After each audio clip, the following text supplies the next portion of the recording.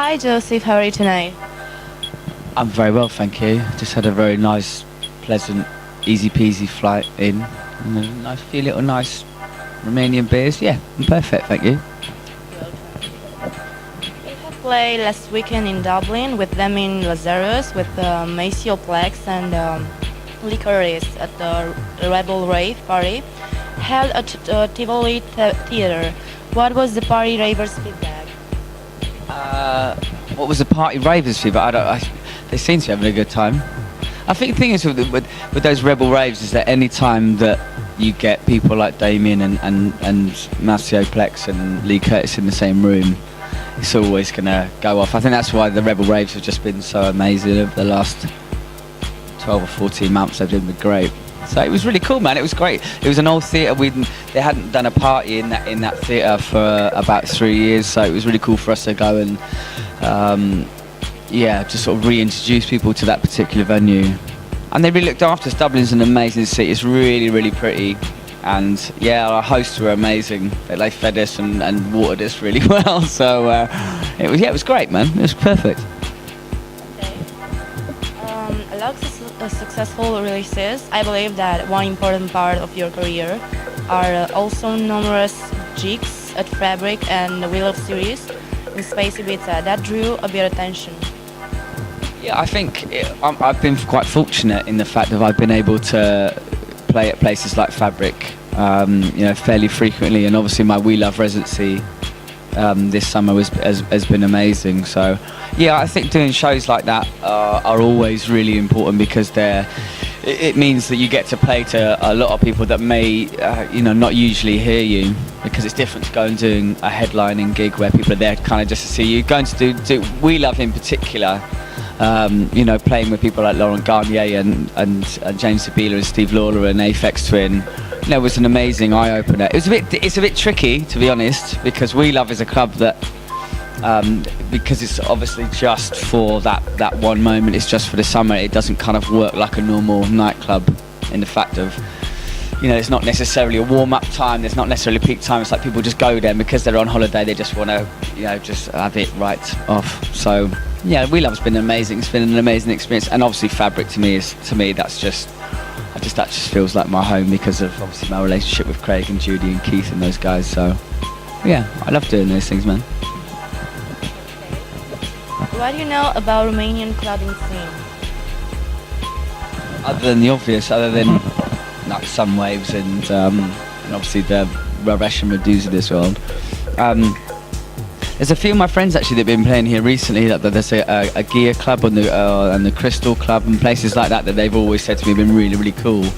But I think more recently the thing which has sort of been punching me in the face is this Christy Contley guy he was in town recently, and he was just an amazing guy but an amazing DJ, and like all his music's like really jazzy and really just feels really, sounds a bit silly, it sounds really musical. So he's someone I think that has certainly made an effect on me. But I think, to be honest with you, I was like, you lot are kind of just you're killing it now. I think you could just do parties that are just billed as Romanian parties, because it doesn't really matter who's going to play there.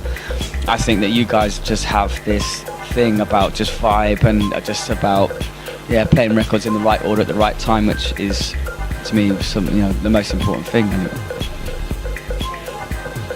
Aside from being involved in We Love, last year you had a number big of releases on labels like Wolflam, Vitalik, as well as your own imprint with Craig Richards, First of Finger, and we saw a kick starting in 2011 with your Sunrise EP on I'm Fine, and many more remixes. Does your release and jig schedule continue to be as good? Does it continue to be as good? I'm not quite sure it continues to be as good. I don't know how you measure good or not, but the Wolf and Lamb thing, and particularly the thing that Craig and I do together, the Fist or Finger, which is just our little label. Again, going back to my relationship with Fabric, that's kind of how that whole thing kind of happened. I'm trying to concentrate now on actually writing more original material, because I've done for me anyway, I've done quite a lot of remixes this year, which is great. But at the end of the day, I've got so much original stuff that's just about me, because I'm obviously quite selfish. It's just like I've got a lot of stuff now, which is now going to start coming out towards the end of the year. So yeah, my schedule in terms of going out and touring and stuff is I'm not quite sure if it's going to be as good. I don't know how you measure that, but I'm still going to be as busy as I was this year. But the end of this year and then into 2012, there's going to be a lot of new, just Jozif material, original stuff. So I've just done an EP, which is called Twilight, and I did that with a vocalist called Terry Walker, who's massive. And it was really cool because I got to sit down and write with her, as opposed to just sitting in the studio on my own and just going, this is how I think this should be. You know, we went and we sat in the studio and we wrote the music together, which was amazing. So I've done that, and then there's an EP that I've done for the Americans, for the guys at Culprit, who are like my best friends. They're amazing. So I've done an EP for them, and then there's a little thing that I've done literally in the last 2 days, which I did for a label called Life and Death. And it's like a various artist thing. So it's me, Taylor Vass, Vision Quest, and Lee Foss. So we've all sort of like pitched in these little ideas to do like a various artist thing. So next year, I think I'm my concentration, my thing is just to be about, you know, putting more original material out, but at the same time still doing what I love doing, which is going and playing records to people. Okay, Joseph, tell us about a Shonky remix, please. What's the secret of the track? Secret. What's the secret of it? Yeah. Is there a secret about that track? I don't know. There is a secret about it. I don't know really. It's really sweet. That's one of those records that I very rarely have this happen to me. It's one of those records that happened in like 3 or 4 hours. What tends to happen with me is people send me remixes and they say, look, you know, do you want to do it? And I never listen to the original record because I just don't. And then I just listen to the parts and I kind of think, yeah, do you know, there's something here that I can work with and I can do something with that. But with this Shonky remix, it's because I'd already had the record. It was actually quite painful because Andre had already sent me the record. I'd already played the original and it was fucking brilliant. So it's one of those times, a bit like, yeah, do you know what? I really want to remix this record, but the original was so good. But it was quite strange because it was one of those times where it happened for me really, really quickly. I just sat down, had the parts, and then suddenly that bass line came to me straight away. So it was kind of that bass line, that little stringy bit, kind of just, yeah. I'm not sure if there's a secret to it though, because it's not rocket surgery, you know what I mean? It seems to work though, and I really love it, so yeah. I don't know if that answers your question or not. The secret is moon dust. Okay. That's very nice. Okay. So, did production come easily to you? I read in a previous interview that your dad has musically educated you in so many ways while you were a teenager. Yeah.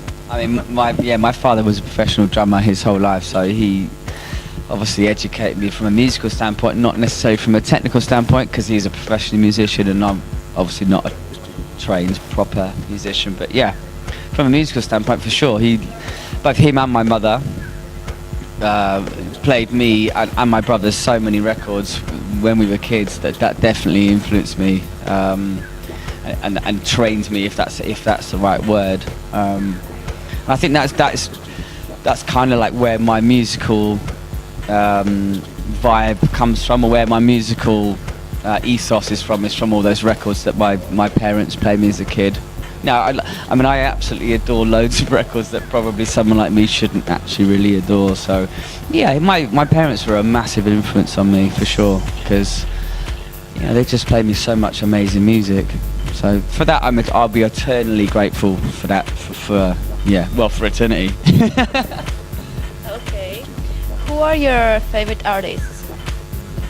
It depends in what context you mean that by, because for me, my favourite artists, I kind of break them up, is kind of like when it comes to DJ world stuff, you know, I obviously adore everything that Bruno Ponsata does. I might not necessarily play every single one of his records, but just looking at it from a musical standpoint, I love everything that he does, and obviously his public lover thing that he does with his missus is ace. Anything that Jeff K has a hand in, and Matthew Johnson is cool, but yeah, my favourite artists are kind of blurred between like my DJ stuff, which is those guys I just said, or you know, I'm mad in love with people like Feist, because to me her music and the way that she records her music is fucking mind-blowing. You know, as is even like now, and it's probably not a cool thing to say, but Adele, you know, I listened to that album that had so many different producers in it. It's fucking crazy, you know. But also you can go even further than that and look at Fela Kuti, or you know, any. It's really weird because when I DJ, I look at my DJing as, surprisingly, as DJing. I don't listen to a huge amount of electronic music at home. I tend to listen to stuff like that, and obviously like Barbra Streisand and the Bee Gees, man, they've just produced so many amazing records. So to have a favourite is very, very difficult to say. Who's your favourite? You are. Good. That's a really good answer. Okay. Speaking of tonight, is it gonna be a rave party or what? I think it definitely should be a rave up. Every time I come here, we have a really, really good time. I did the Recollective Festival a couple of months ago, which was at a place which was either the biggest or the heaviest place on the planet or something ridiculous. So I think we should definitely have a rave up. It'd be silly not to. Don't you think we should have a rave up? yeah? Woman has spoken.